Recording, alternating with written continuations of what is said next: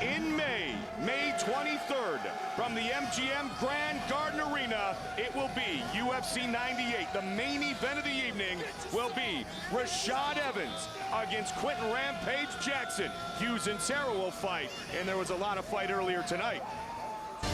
Still looking to rise to the top in the UFC's light heavyweight division, Brandon, the Truth Vera, looks to impress tonight as he faces dangerous grappler Patt. Yves Levine, the veteran, our referee. The beautiful Edith. We are set to fight at 205 pounds. They touch the first round of this fight, brought to you by FullTiltPoker.net, where you can learn, check, and play with the pros. Nice leg kick right away by Brandon Vera. He's coming out very aggressive. And that's not surprising because, that's a nasty leg kick. He is angry, he's embarrassed. He said, I just went back to the basics. I started jumping rope again. He wants to be a true factor in the light heavyweight division, mixes things up nicely there. Physically, he looks very good too. It looks like he's really acclimated to the 205-pound weight class. He's got very little body fat on him. And he loves that clinch. He was looking for it there a second ago, Joe. Well, you know, his background initially was as a wrestler, and he developed these fantastic Muay Thai strikes once he started getting into MMA, but he's a very good striker on top of being a very good grappler. We don't see the grappling aspect. He was a Greco-Olympic candidate in 2000, wrestled at Old Dominion on scholarship, Joe. Yeah, outstanding wrestler and a brown belt in Brazilian Jiu-Jitsu, a very good one. Came over the top. Vera very focused here.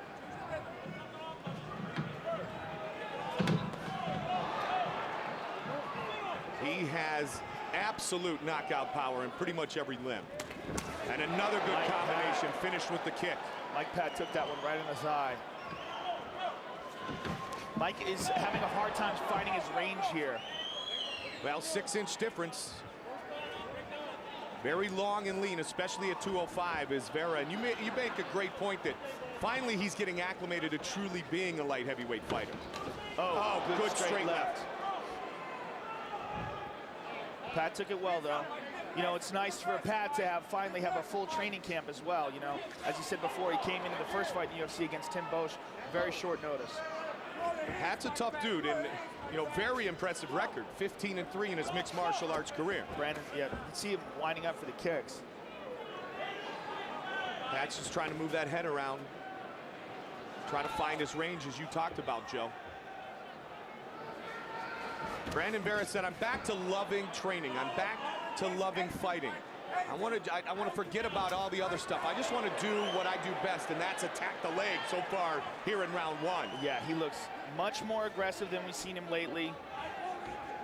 Looks very intense and focused. Very comfortable too, Joe. Just flicked the head away and tried to finish with the right a moment ago. Another inside leg kick. I like the way that Brandon's mixing things up. Now he goes traditional. Really, Patt hasn't even attempted to score anything.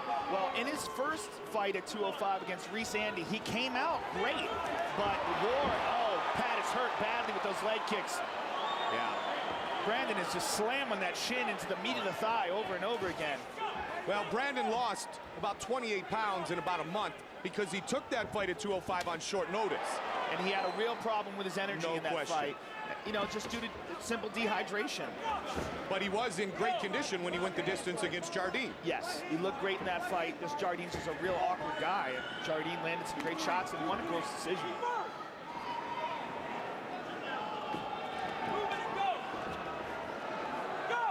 Very important fight tonight. Good head kick by Patt. Very important fight tonight for Brandon Vera. And trying to dictate what his future will be. Patt finally scored, though, there. That one came out of nowhere. I mean, it was blocked by the glove, but that was a shocker. Good body shot by Brandon. 120 remains in round one. Fight scheduled for 3 5-minute rounds. Nice kick. See if Vera looks for that leg kick again. There it is, inside. Really winding up with these kicks. He's really trying to put a lot of power in. You see him coming. Very nice. That's the Rob Kaman setup right there. 1-2, boom. And I like how he's switching it up. Southpaw, switching the stances. He'll go straight left, then he'll go 1-2 kick, then he'll go inside leg kick, Joe. Looks very sharp.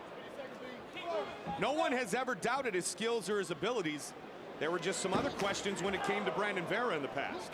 Well, initially, Mike, I think it was just he was fighting in the wrong weight class. Yes. I mean, he just likes to eat, and he likes his ice cream, and he's not shy about talking about it. He preferred to fight at heavyweight until he said someone kicked his ass. And, you know, he even said now that he looks back at some of the videos when he was 213, you know, 215, 220 pounds, he said, man, I was fat as hell. Yeah, and you know, now I'm embarrassed. He's very talented. Yes. It's just he was fighting in the wrong weight class. I remember he said very early, I want to be the first heavyweight and light heavyweight fighter to hold the belts in both divisions simultaneously. In fact, Brandon Vera came out, won his first match, and started calling out Chuck Liddell. Exactly. I was going to say that. Initially, he was talking about fighting Chuck. Yeah. Hey, I'm the new dude. I just beat Fabricio Scherner. I think I want to fight Chuck Liddell now. Sit down. Let's go quickly. Oh.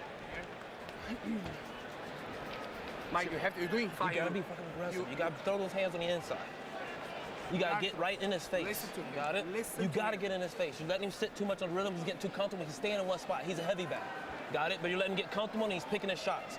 You gotta disturb that rhythm. You gotta throw and get the fuck out. Just great kicks in round one from Brandon Vera. Look at these kicks. Look at this combination. Over and over and over again. Brandon Vera is finding success with his leg kicks. Check this one. Boom. Just, that's all shin right into the meat of the thigh.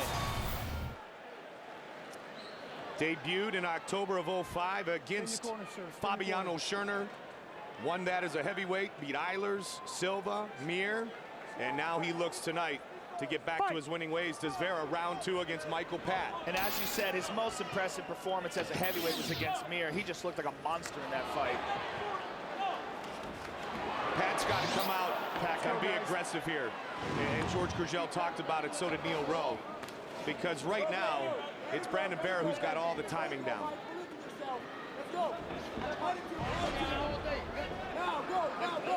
George Gurgel's advice was for Mike Patt to take it to Brandon Vera, to come after him. If I was in Pat's corner, I might tell him to take it to the ground, or at least make an attempt. Yeah. Shoot, pull guard. He's a Brazilian Jiu-Jitsu black belt. He's getting eaten up with these kicks. Vera has the speed advantage. He has the height and reach advantage. You know, the way to negate that is push him up against the cage. Get a hold of him. Easier said than done, of course. Yep, absolutely. And Patt, a 2-time national amateur kickboxing champion, but very easy to see so far that the striking belongs all to Brandon Vera so far in this fight. His leg is giving out, Mike. Yeah, and again, oh yeah. Oh, this might be it. About it. Yeah. That's it. Yeah. Pat's going to try to fight. Brandon Vera says, you want to go or not? Oh, wow. He's going to let him up. He's going to kick him back down again. Yeah. You want to continue? You want to continue? Wow, Brandon asked him to Tough guy. He's going to kick him right now again. Oh, yeah. At least he knows what's coming. That's it. All over. I think that's an excellent stoppage. Brandon Vera, victorious here tonight. Mike Patt's a tough guy, but it was pretty obvious he couldn't defend himself. I think that's an excellent stoppage. Joe, take a look at our fight replay brought to you by Bud Light. The difference is drinkability. This is the Brandon Vera we saw when he first came onto the scene. The attacking Brandon Vera, and Mike Patt just eating these leg kicks. He just, you know, he tried to take it, he got back up, he's a tough guy, but these kicks were just too much. And this one, it's clear that he just can't defend himself. His leg gave right out. Extremely impressive here tonight. Brandon Vera. The proud Filipino, looking like the man who promised to rule the UFC as a heavyweight and as a light heavyweight. Bruce Buffer with the official decision. Ladies and gentlemen, referee Yves Leving has called a stop to this contest at 1 minute, 27 seconds of round number 2. Declaring the winner by TKO, Brandon the Truth Vera.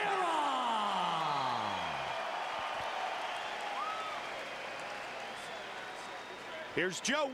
Now that's the Brandon Vera we like to see. Coming out striking, you look fantastic. It looks like you finally gotten acclimated to the 205-pound weight class as well. I sure did, Joe. You know, I messed up. 08 was not great for the truth. A lot of guys in 205 division, I was taking for granted that I could hang with without training hard. I'm sorry, guys. I'm back, baby. The truth is back, training hard, trying to whoop some ass. Well, whatever thing that you had wrong in your training before, it's very obvious that you've adjusted. Take a look at the big screen. Some deadly leg kicks that you landed in this fight, just a whole package of them. I don't care if they shield anymore. I'm gonna break my body. We went back old school Muay Thai. I wanna thank all my training partners, big and small. They're the ones that got me back on track. They're the ones that pushed me to be at the gym every day, and those are the guys that got me back to where I am right now. Well, congratulations. It's great to see you back. Brandon, the Truth Vera, ladies and gentlemen. Brandon Vera. Good to be back, baby. It's good Yes, to be indeed, displaying some incredible Muay Thai tonight. Vicious leg kicks that in the second round, less than 90 seconds in, became way too much for Mike Patt to handle. Well, congratulations indeed to Brandon Vera, a victor earlier tonight. Speaking of action earlier tonight, the kid from Maine returned to the UFC's octagon. Unbeaten since 2003, Jason Brilz looks for another UFC win against the Marcus Davis-tutored Barbarian. From Maine, Tim Boetsch. First round of this fight brought to you by FullTiltPoker.net, where you can learn, chat, and play with the pros. Quickly. Some solid striking, a big knee to Brilz. And good uppercuts. Brilz is in trouble early. He's coming up. Boetsch, very creative with his striking. Loves the knees, Joe, and utilizes the uppercut very well. He also has a really solid front kick, a very underutilized weapon in MMA. He ripped David Heath apart with that, didn't he? Yeah, the front kick, straight kicks, like front kicks, side kicks, those are, in my opinion, the most underutilized weapons in striking.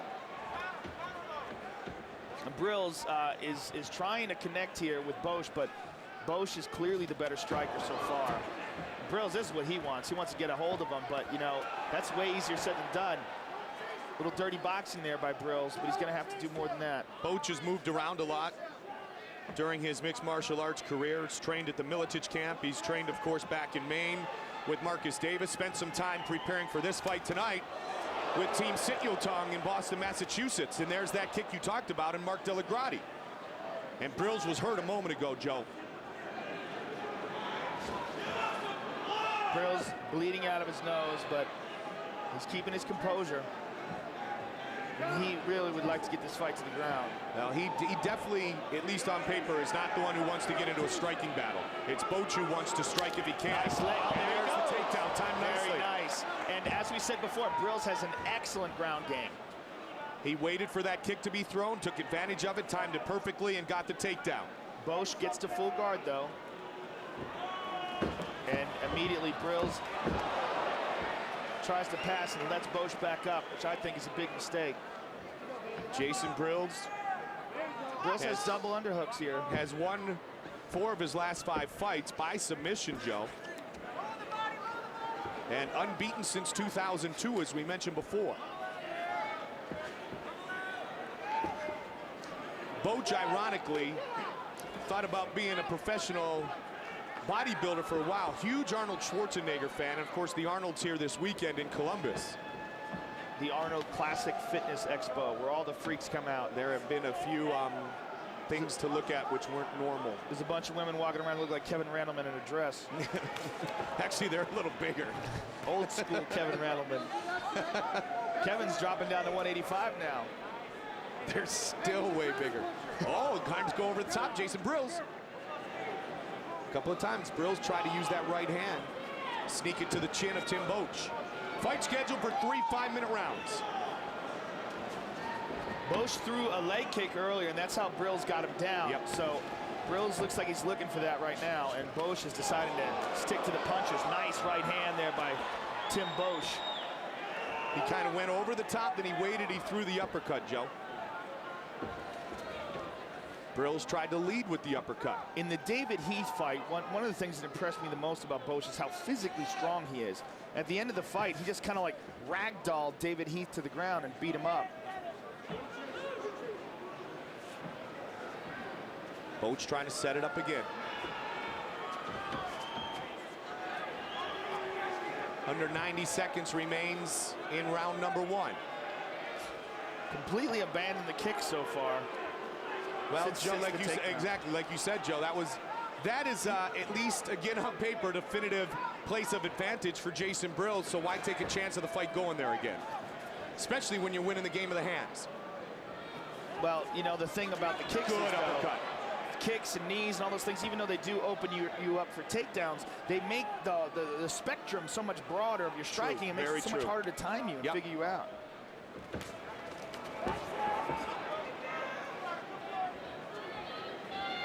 The more things you can throw, the more they have to be ready to try to catch. Yeah, I mean, if you look at the very best guys at the highest levels of the sport, they all do everything. You know, guys like Georges St-Pierre, I mean, he never just limits himself to punching. He's always kicking, he's always throwing knees and elbows as well. And another way to avoid the takedown, Joe, and you've talked about it before, is don't just throw the kick by itself. Set it up. Mark Delagrati talks about it all the time, and he's worked with Boetsch, as I said. Set it up, 1-2, boom, maybe a hook, and then throw that leg. And even more importantly for someone who's a good kicker, work on your guard. Yeah. That's the most important thing. If a guy takes you down and you're comfortable off your back, that's not a bad place to be. Final 10 seconds. Boetsch is swinging for the fences here. Looking for an uppercut again. And you know what? Brilz is responding. No doubt about the toughness of Jason Brilz coming in. No doubt at all. Let's lock him up, all right? Let's, Gotta get the stool. Somebody gotta get the stool. you don't want the stool. All right, okay? Hey, when you wrestle him, he gets tired, okay? Crowd him, you put the pressure on him by fucking keeping your hands on him. Exactly. Put off his fucking head. Hit him against the cage. Stop standing outside and boxing him. You ain't a boxer, you know it? So just relax and freaking get him up there where you want him. Your other plan is working. Jason Brilz's corner has forgotten the stool, Mike, which I think is a big mistake.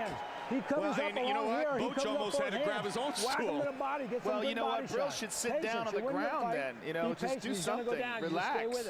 All right? Don't force nothing, all right? Don't force nothing at all.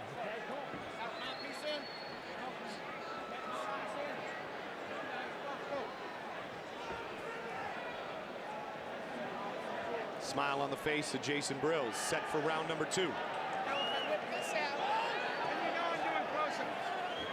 Here we go. Black and white trunks for Brilz. Green trunks being sported tonight by Tim Boetsch. You heard Brilz corner saying, you are not a boxer. Take this guy down, and that's what he wants to do. Originally from the small town of Lincoln, Maine, Boetsch grew up with 40 acres of woods, chased deer, went goose and duck hunting, still loves the outdoors. Brilz is coming a little short with his punches, Mike. You know, he's just not able to get close enough to Boetsch. The only time he's really connecting is when Boetsch commits. And here he's committing for the takedown. Now it's going to be even harder to take guys down in the second round than it is in the first because of the sweat factor. But Brilz just shows what a good wrestler he is and being able to finish this. Now he's got full guard. Now he let Boetsch stand back up from this position in the first round. I guarantee you this round he's going to be a little bit more diligent and try to hold Boetsch down. He showed some excellent ground control in the first bout that we saw him in the UFC against Brad Morris. Both of these guys, look at that pass. Yes, both of these guys are good wrestlers, but this is far from a wrestling match. Yeah, but Brilz, I mean, like I said before, his control on the ground was one of the things that impressed me the most. He just got real solid positioning. And you see it here. I mean, he passed Boetsch right there, just real technical, very solid. Move to side control here. But you know what? Dan Mergliata is going to stand him up unless it does something. He can't just hold this spot. You know, he's got to do something, land some strikes, but when he opens up, that's when he opens up the possibility of Boetsch standing up. Look at that. See that positioning? He's real good with his control on the ground. Very explosive in trying to transition, still in side control. And one of the things about him, if you watch him move on the ground, he gives very little space. You know, he doesn't give any, you know, he doesn't stand up to try to throw some big bombs. He stays very close to his opponent, keeping complete control of his body. He's in an excellent position, inside control. Boetsch is trying to sneak that knee in, and he's having none of it. See that? Every time Boetsch tries to get that knee in between them and get back to guard or half guard, you know, Brilz shoves his own knee in there and keeps him in place. Now he's got his back. Boetsch rolls, Brilz stays right on top of him. Very nice positioning. Brilz really pushing the pace here in round 2. And this is the Brilz that we saw against Brad Morris. It's the same kind of control. Real solid. Boetsch wants to stand back up and try to punish. Trying to work the knees to the midsection, some short elbows. He's only landed some little short shots in here. Well, and you know, Joe, you pointed out the great control he's had, but he hasn't punished Tim Boetsch a lot. Now this is where a lot of guys would like some knees to the head. I mean, that changes everything right here. Just a little over 2 minutes remains in round number 2. There's a couple of shots.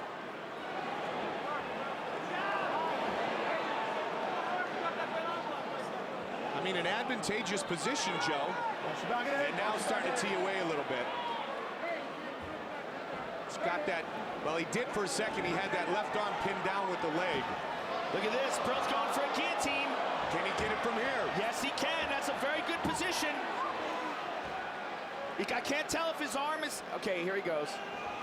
He's out. But, you know, he's threatening. And he's still in side control. He didn't lose the position. Very solid. Good use of the legs, Joe. Now the leg on the stomach to try to control. Yeah, he's got just real control, great control, and just very close to his opponent all the time. He's not giving any space. Knee to the belly, dropped down. Oh, he let him up. Look at that. But he's going right back down for a ride. He's still got an excellent spot here. Belly on back. Knee those legs out from under him. Get him defending that and then pull him to the ground. Oh, he goes to the head. Nice. Well, what was a round 1 that belonged to Tim Boetsch is now a round 2 where Jason Brilz has been in control. Yeah, clear control on the ground. This is where Brilz wants to fight. You know, I mean, if he can get his stand-up up to the place where his ground game is, he's going to be a threat to a lot of guys in this division. Now, Boetsch is using the whizzer, and he's turning back around to a much better position for him. Boetsch right now, in his head, he's got to really be worried about the ground because Brilz just completely controlled him on the ground. Separate. Oh, see, I don't agree with that. Let's go fight. Final seconds of round number 2. Brilz looking very confident here. 10 seconds. Third and final round. Look, a big smile on Brilz' face. Excellent round for him. And here's Brilz' takedown. Now, what's most impressive about this is how slippery they both are and the fact that, you know, Tim Boetsch is a real solid wrestler. And here's some nice knees from this position here. Great round for Brilz. Full time. Don't come up around the height. Hey. Go elbows. Stay low and punch. Brilzy, we need this round. We need this round, okay? It's probably 1-to-1. Okay? Thanks. We need this round. They have something against stools. Let's go. All right? Get after it. Good punches. Be patient. Get your punches. You're landing more punches than he is.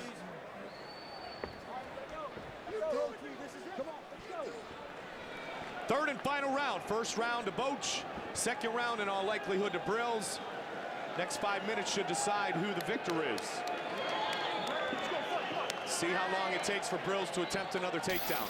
Try to get this fight back down to the canvas. Well, he's got to be feeling great about that second round. If you're Boetsch, you might want to get those hands loose real quickly again. Try to pick them apart with the uppercuts and the combinations that worked in round 1. And immediately, Brilz gets the clinch. Now remember, Boetsch is a very decorated wrestler. Lock Haven, a wrestling powerhouse, Division I in wrestling. But yet, nope, not yet. Good job of avoiding the takedown there. But as we talked about before, Mike, the fact that he's limiting his striking now to just punches because he's avoiding that takedown, it's making his striking less effective and making Brilz more confident. Look at that, he shoots in again. If he can just avoid the hands, he doesn't have to worry about the knees or the kicks or anything. His distance is better, he's closer for the takedown. Part of the fear factor is no longer possessed by Jason Brilz of the superior striking of Tim Boetsch. Tough to take down though in the first minute here. Yeah, he really eliminated a lot of Boetsch striking with that first takedown. Boetsch, though, still a dangerous striker, still got big power. Always, you know, he's always in the fight if he's standing up. Looking for the takedown again. Avoiding was Boetsch. Boetsch has got to know he won that first round and also got to know that he lost that second round. So he's got to do something here. Oh, there he goes, a knee. And like I said, see, look how effective it was. I mean, but the thing is, Brilz got a hold of him, and this is what Boetsch was trying to avoid. Brilz got his back. Jason Brilz right in front of us, riding on top of Boetsch. A lot of time left. When Tim's brother was in high school, he would take Tim to wrestling practice. Tim was in like the 2nd or 3rd grade every day. He was hanging around at wrestling practice with Big Brother. And again, this is a spot where Brilz has an opportunity to use his great control. He's got one hook in, and he's dragging Boetsch backwards, looking for that rear naked. He's got to get that second hook in, though. He's got to be careful here. Hold his glove. Don't hold his glove.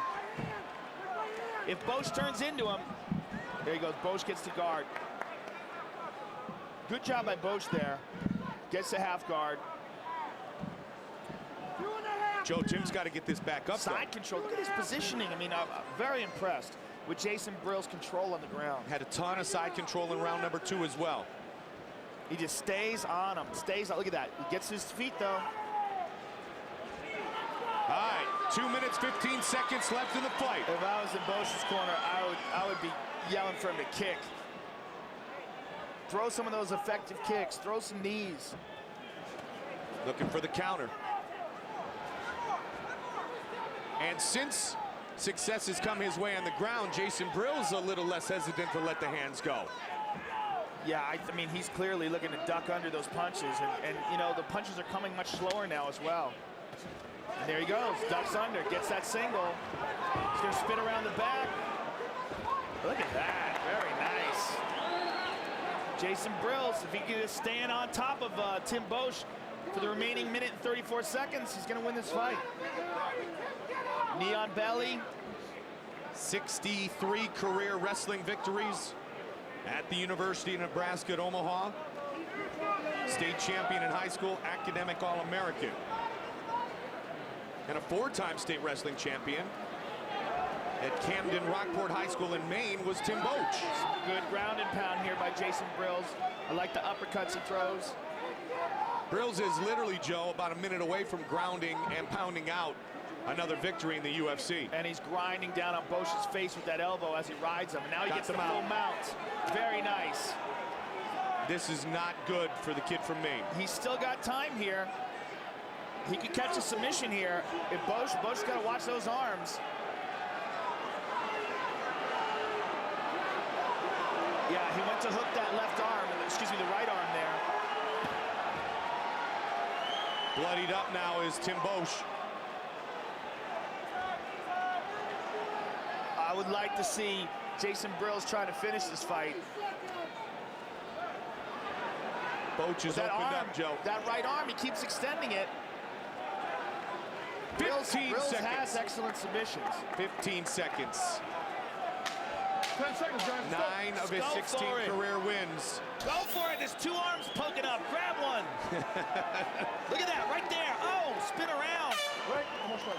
Now, I'll tell you one Decided thing. to play it safe, but I believe he won the decision. Yeah, no question. Very good fight. Cut underneath the left eye of Tim Boetsch. Our fight replay brought to you by Bud Light. The difference is drinkability. Here we see the ground control of Jason Brilz. Moves into full mount, and you know, just that was really the story of this fight, Mike, after the first round, is once Jason Brilz established the takedowns, started getting control, he limited Tim Boetsch's striking and just completely controlled him on the ground. Great performance by Jason Brilz. Bruce Buffer has the official decision. Ladies and gentlemen, after 3 rounds, we go to the judges' scorecards for a decision. All 3 judges scored this contest 29-28, declaring the winner by unanimous decision, Jason Hitman Brilz. Congratulations to all the victors here tonight. Now it's time to take a look at our BSN Finish First turning point of the night. And What a turning point, not just in the fight, but in the career of Shane Carwin. Yeah, this was the coming out party for Shane Carwin. I mean, the world knows who he is now. The mixed martial arts world had a lot of questions about him. He answered them all with that big right hand to the chin of Gabriel Gonzaga. And what a short right hand it is, Mike. Look at it. Just did not travel very far. That shows you the kind of power this guy is packing in his fists. The finishing first turning point of the night, brought to you by BSN, the world leader in physique, performance, and energy supplements. Mike Goldberg, Joe Rogan. Good night for the Buckeyes when you look at the fact that Matt Brown was victorious, so was Gray Maynard. Yeah, there were just awesome fights tonight. You know, this card was just packed with some energy and packed with excitement, and this place, you know, what an awesome crowd here at the Nationwide Arena. I mean, they always go crazy, and tonight was no exception. But perhaps the best Buckeye performance of the night was turned in by Matt the Hammer Hamill. Yeah, wow. I mean, you know, who would have ever thought that Matt the Hammer Hamill would win by head kick KO? I mean, when we first saw him on The Ultimate Fighter, he was basically a wrestler that was just learning the MMA game, and he is learning it very quickly. We saw a moment ago Shane Carwin earns our BSN finish first turning point of the night. Shane Carwin has turned himself truly in to one of the top contenders in the heavyweight division. Yeah, this was an enormous fight for him and a tremendous amount of pressure. I mean, Gabriel Gonzaga, widely recognized as a top 10 heavyweight in the world, and Carwin just connected to his chin. And after he had been tested, he had been rocked himself, he had been taken down, he was fighting off his back, got back up to his feet, and in the exchanges connected to Gonzaga and put him away. Huge victory for Shane Carwin. And, you know, he sent a big message to everybody else in the heavyweight division. That guy hits you, you got big problems. Well, and speaking of the heavyweight division, we shared with you tonight a bit of disappointment, the fact that Frank Mir is injured. He will not be able to fight Brock Lesnar for the heavyweight title until later in the year. So it set up the scenario that if Rampage wins in May, he fights Rashad Evans for the light heavyweight title. Rampage defeats Keith Jardine. And I'll tell you what, man, when I was standing between Rampage and Keith Jardine, they were trash talking. That was almost as good as the fight. It was right up there. I mean, Rampage can trash talk with the best, man. I did my best to keep from laughing. But I would like to watch the replay of the trash talking. For real. I mean, that was Rampage.